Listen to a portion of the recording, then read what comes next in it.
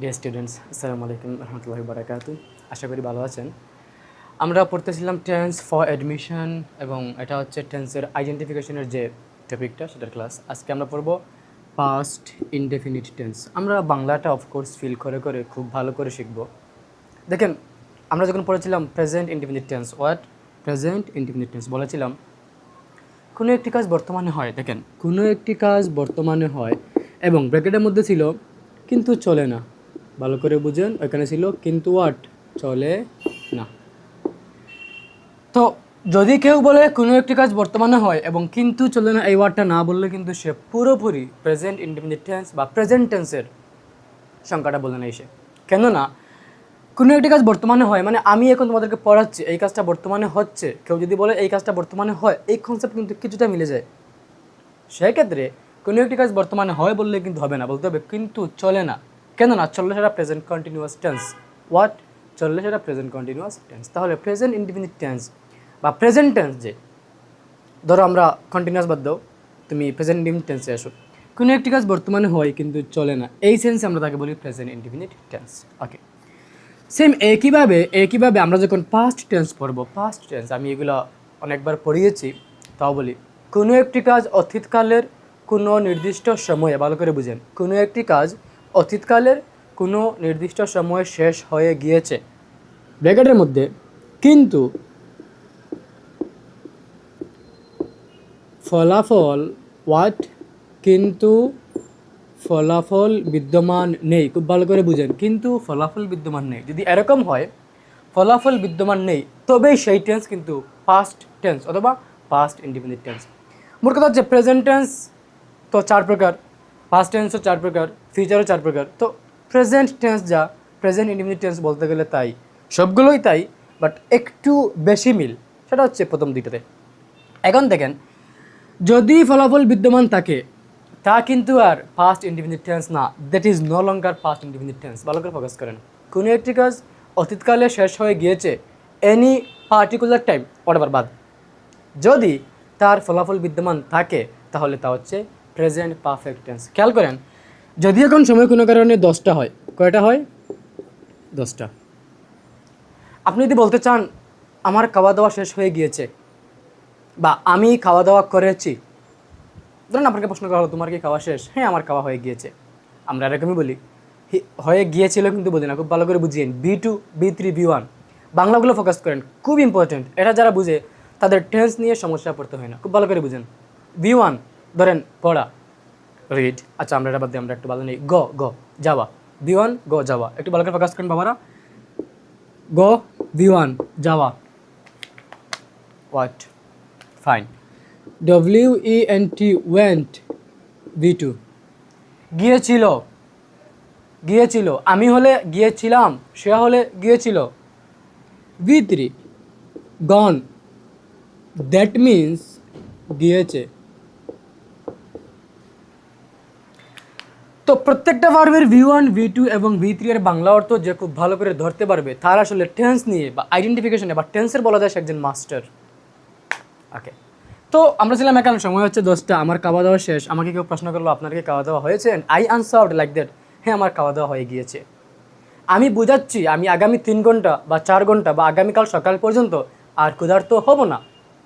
Of course রাতের খাবার খেয়ে তো আমি আবার ভাত খাই না 12টার সময়, বা ঘুম থেকে উঠে 2টা ভাত খাই না, চা খাওয়া যায় যারা টিল আবার।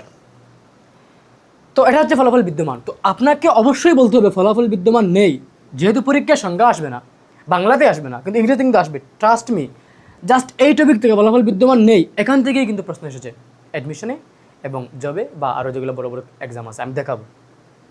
তো কনসেপ্ট হচ্ছে ফলাফল বিদ্যমান থাকলেই তা প্রেজেন্ট পারফেক্ট, ফলাফল বিদ্যমান না হলে তখন তা হচ্ছে পাস্ট ইনডেফিনিট টেন্স। তো আমরা সংজ্ঞাটা লিখলাম, আমি একটু সামারি করি যে কোনো একটি কাজ অতীতকালে নির্দিষ্ট সময়ে শেষ হয়ে গিয়েছে, ব্র্যাকেটের মধ্যে মোস্ট ইম্পর্টেন্টলি দ্যাট, কিন্তু ফলাফল বিদ্যমান নেই, তাহলে তা ফার্স্ট ইনডেফিনিট টেন্স। নাও স্ট্রাকচার, আমরা মনে করি subject plus B2 plus others. দেখেন এখানে অবজেক্ট লিখে যায়, এক্সটেনশন লিখে যায়, আদার্স লিখে যায়। আমরা অবজেক্ট লিখবো না, বিকজ প্রত্যেকটা সেন্টেন্সে অবজেক্ট থাকে না। আদার্স লিখবো, তাহলে আমরা এই যে একটা ভুল হলেও হতে পারে, এখান থেকে আমরা free. Subject I, V2 went, go went, others ধরো I went there, THERE there, what, I went there, আমি সেখানে গিয়েছিলাম। দেখেন ফোকাসটা বাংলার কীভাবে আসছে, আমি সেখানে গিয়েছিলাম। এই কথাটা যদি এই মুহূর্তে কেউ বলে, তোমার সাথে তোমার ফ্রেন্ড গল্প করতেছে, ওয়েল খুব ভালো কথা, সে যদি এই বাংলা সেন্সটা বের করে তার মুখ থেকে যে আমি সেখানে গিয়েছিলাম, তার মানে সে বুঝায় আমি বহুত আগে সেখানে গিয়েছিলাম, বহু আগে, সরি নট ফর বহুত। এখান দিচ্ছে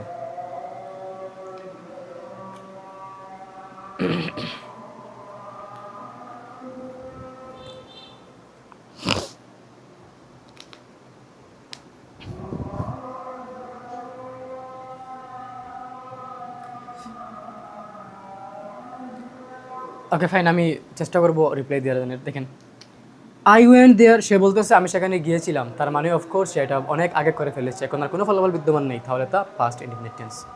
এখন যাদের কনসেপ্ট এটা যে শুধুমাত্র সাবজেক্ট আর B2 দিয়ে ফার্স্ট ইনডিফিনিট টেন্স হয়, সে ভুলের মধ্যে আছো। কেননা দেখেন আমি যদি বলি আই ওয়াজ দেয়ার, গ্রামার শিখেন, ওয়াজ এবং ওয়ার হচ্ছে দুইটা পাস্ট টেন্সের আমরা বলতে পারি অক্সিলারি ভার্ব, যেখানে ওয়ার বসতো এখানে প্লুরাল হলে, ইউ হলে, দেয়া হলে, ওয়াজ বসতো বা বসেছে সিঙ্গুলার হওয়ার কারণে আইয়ের সাথে, ফাইন। তো আই ওয়াজ দেয়ার, আমি সেখানে ছিলাম, এটা কোন সেন্সে past indefinite tense? What's the লজিকটা কি? অ্যান্ড আপনি কীভাবে প্রমাণ করবেন? How you can prove? দেখেন আমরা পড়ে আসছি একটা iconic verb be, base form, যার কয়েকটা আরও সাব ফর্ম আছে। এমিজার, কাতায় লিখেন এমিজার, ওয়াজ ওয়ার, তারপরে হচ্ছে বি নিজে একটা, আমি কি লিখবো, আমি লিখে দিচ্ছি দেখেন, একটা হচ্ছে এম ইজ, আর এটা হচ্ছে প্রেজেন্টের, ওয়াজ ওয়ার পাস্টের। বি নিজে একটা, BEEN bin, R BEING being, আটটা আছে। যদি কোনো সেন্টেন্সে এম ইজ আর থাকে তাহলে subject plus B1 plus s oblique es দেখার প্রয়োজন নেই, আমরা ধরে নিব এটা হচ্ছে present indefinite tense, just am is are থাকলে, অন্য কিছু না, V1 প্লাস ING বাদ দেন। ওয়াজ ওয়ার, বি এর পাস্ট ফর্মগুলো হচ্ছে ওয়াজ এবং ওয়ার, সেক্ষেত্রে আই ওয়াজ দেয়ার এই সেন্টেন্সটাও কি পাস্ট ইনডিফিনিট টেন্স। দেখেন তো আমরা যদি আমাদের পরবর্তী পার্টে যাই, এখানে আরেকটা কথা আছে, আমরা এখানে আটকাবো। আমি এখন একটা সেন্টেন্স লিখবো এবং আপনাকে প্রশ্ন করব, আপনি এখান থেকে দুটো ভুল ধরেন। কয়টি? দুইটি। দেখেন আমি যদি লিখি she, READ read, she read, wait don't get excited, she read a book, এখানে ভুল কি? তুমি ভালো স্টুডেন্ট হলে বা আমি তুমি করেই বলি, যারা সিনিয়র, আসসালামু আলাইকুম,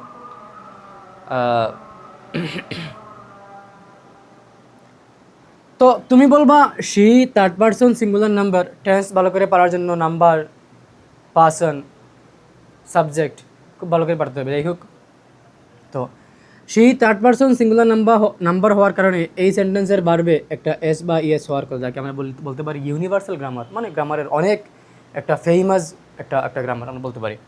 তার মানে প্রথম ভুলটা হচ্ছে এই সেন্টেন্সে এস বা ইএস নেই। ক্লিয়ার? I think clear.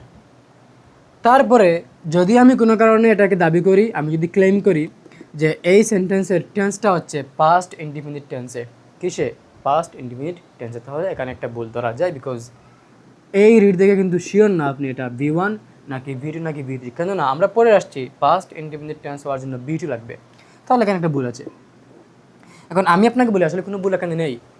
দেখেন কিছু ভার্ব আছে এরকম যেগুলোর V1, V2, V3 সিমিলার। আমি যদি বলি কাট, পুট, রিডে আসেন, রিড, দেখেন READ রিড, এটা হচ্ছে V1, READ রিড, এটা হচ্ছে V2, বাট নট রিড। আমি আসতেছি, সেম একইভাবে READ, এটা হচ্ছে V3। পুটই ছিল, কাটই ছিল। দেন রিড রিড রিড নয় কেন? আর এই এটা হচ্ছে রেড, আর এই এটা হচ্ছে red, read red red, what? Read red red. এখন প্রশ্ন হচ্ছে স্পেলিং সেম, আর ই এডি আর ই এডি আর ই এডি, তাহলে কোনটা রেড বা কোনটা V2 বা কোনটা V3 আমি কিভাবে বুঝবো? দেখেন, ভালো করে দেখেন। আমরা পরে আসছি প্রেজেন্ট ইনডিফিনিট টেন্স, অর্থাৎ subject plus V1 plus S/ES, sorry, what? Subject plus V1 plus S/ES। আমরা এখান থেকে এতটুক শিওর যে এস বা ইএস যদি একান্ত বসতেই হয়, তা বসবে V1 এর সাথে। কার সাথে? V1 এর সাথে। কথা কি ভালো করে বোঝা গেল? তার মানে কখনোই V2 প্লাস S/ES হবে না, V3 প্লাস S/ES হবে না।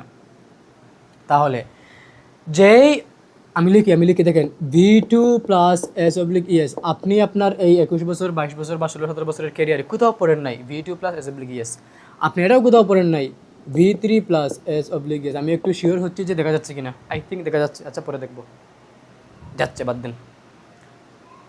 তাহলে যেখানেই দেখবো V2, তার মানে V2 হলে S/ES বসবে না, আমরা একটু শিওর। কেননা এটা ইউনিভার্সাল এরর, এটা ভুল হবে। কখনোই ওয়েন্টস হয় না, কখনোই গনস হয় না, গোজ হয়। কখনোই সাংস হয় না, কখনোই স্যাংস হয় না, সিংস হয়। তার মানে যদি দেখতে তিনটা বারবি একই রকম হয় আর এস বা ইএস না থাকে, তার মানে সেটা নিঃসন্দেহে V1 না। ভালো করে বুঝেন, যদি তিনটা বারবি একই রকম হয়, ইয়ানি রিড রেড রেড, আমি রিড বাদ দিই, পুট, তখন যদি এস বা ইএস না বসে, তাহলে এতটুক শিওর যে এস বা ইএস না হওয়ার কারণে এটা V1 না। কেন না? V1 হলে এস বা ইএস বসতো। যেহেতু V2 এর সাথে এস বা ইএস বসে না এবং V3 এর সাথে এস বা ইএস বসে না, দ্যাট মিনস অ্যাটলিস্ট এটা শিওর যে V1 নয়। তার মানে এই রিডটা V1 নয়। কি নয়? V1 নয়। তাহলে অপশন হচ্ছে V2 আর V3। আমার লাগবে subject plus V2 plus others. এখানে সমস্যা হচ্ছে এই ওয়ার্ডটা এখন তো শিওর যে রেড, রিড তো না, রদীর্ঘিকার রিড না, এটা read, because S by S নাই। ভুল তো অফকোর্স না, এই ভুলটা তো বাদ, ভুল না। আমি কি লেখা কি বেশি? যাই হোক, দেখেন একটু এলোমেলো শিখেন, তাহলে ভালো মাথায় থাকবে। একদম মেয়েদের মতো হচ্ছে একদম পরিষ্কার সব কিছু ভালো শিখবেন না। এটা আমার theory, sorry.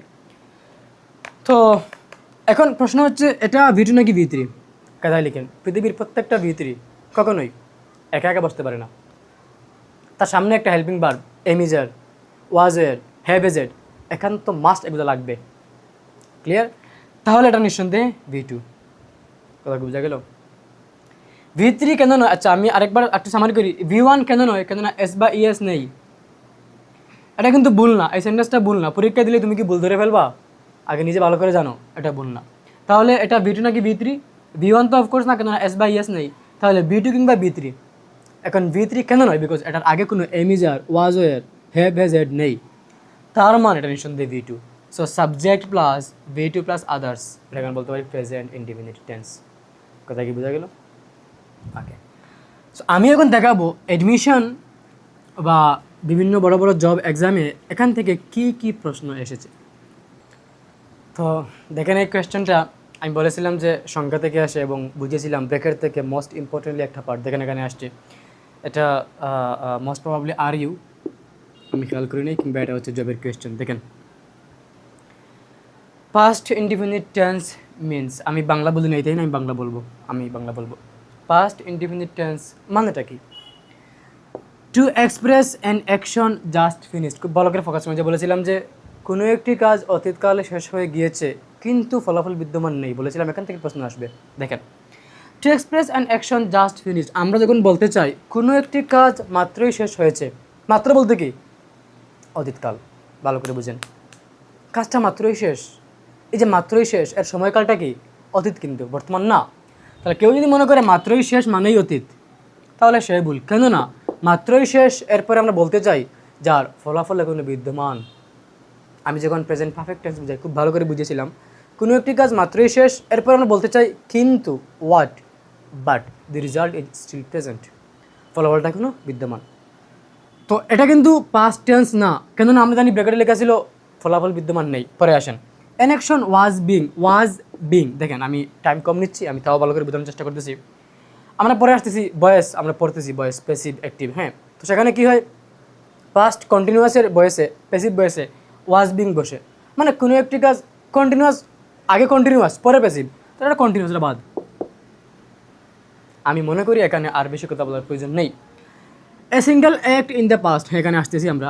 N action completed, N action একটি কাজ, কমপ্লিটেড শেষ হয়েছে, বিফোর আগে, এনাদার আরেকটি, পাস্ট অতীতকালের অ্যাকশন। দুটি কাজ, একটি ঘটেছে আগে, একটি ঘটেছে পরে, বাট উভয় টেন্সের, উভয় অ্যাকশনের সময়কাল পাস্ট। ভালো করে বুঝেন, একটি ঘটনা শেষ হয়েছে অতীতের আরেকটি ঘটনার আগে, এর মানে দুটি ঘটনাই অতীতকালে ঘটেছে। একটু ভালো করে চিন্তা করলে কিন্তু এটা মাথায় আসবে। এটা বাদ, ওই যে ডাক্তার আসার পূর্বে রোগী মারা গেল, এখানে ঘটনা দুইটাই আগের, তো এটা হচ্ছে পাস্ট পারফেক্ট। আমরা পরে আসতেছি। So the answer is a single act in the past, একটি সিঙ্গেল অ্যাক্ট, একটা ঘটনা, সিঙ্গেল ঘটনা ইন দি পাস্ট অতীতকালে। এখানে আর বেশি কিছু লেখে নাই, তার মানে এটা হচ্ছে আনসার। সো এই কোয়েশ্চনে অধিকাংশই ভুল করবে এ অ্যাকশন জাস্ট ফিনিশড। দেখেন আমরা জাস্ট বলতে বুঝি মাত্রই, কিন্তু মাত্রই শেষ, এর সময়কাল কিন্তু অতীত, বাদ। তো এই হচ্ছে আনসার। আমি এখান থেকে আরেকটা কোয়েশ্চেন দেখাবো।